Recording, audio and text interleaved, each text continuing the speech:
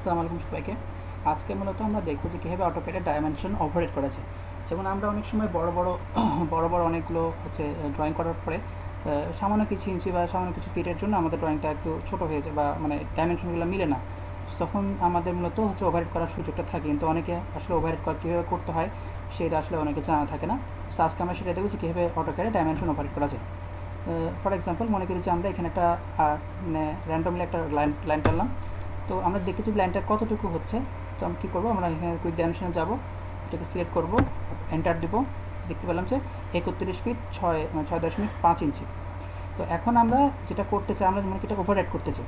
কী করবো, এটাকে জাস্ট এটাকে ডাবল ক্লিক করবো।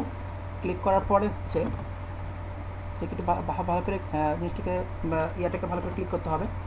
সো এটাকে ক্লিক করার পরে যেটা করতে হবে, এই ডাইমেনশনের উপর মধ্যে ক্লিকটা করতে হবে। ক্লিক করার পরে হচ্ছে এই আমার বাম পাশে একটা পপ আপ ওপেন হবে। এই বাম পাশে পপ আপে গিয়ে দেখতে পারা যাবে যে টেক্সট লাইন থাকবে। টেক্সট লাইনটা থাকার কথা ছিল, টেক্সট লাইনটা। সো এটা লাইনটা যে আসছে। সো এখানে দেখেন যে লেখা আছে টেক্সট ওভাররাইট।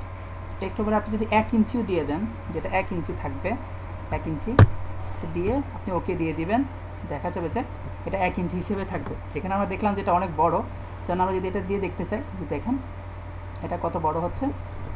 কিন্তু আমরা মূলত মেন ডাইমেনশন হচ্ছে 31 ফিট 6.5 ইঞ্চি, কিন্তু এখানে হচ্ছে এটাকে আমরা 1 ইঞ্চি হিসেবে দেখাতে পারি। তো এইভাবে মূলত অটোক্যাডে ডাইমেনশনকে ওভাররাইট করা যায়।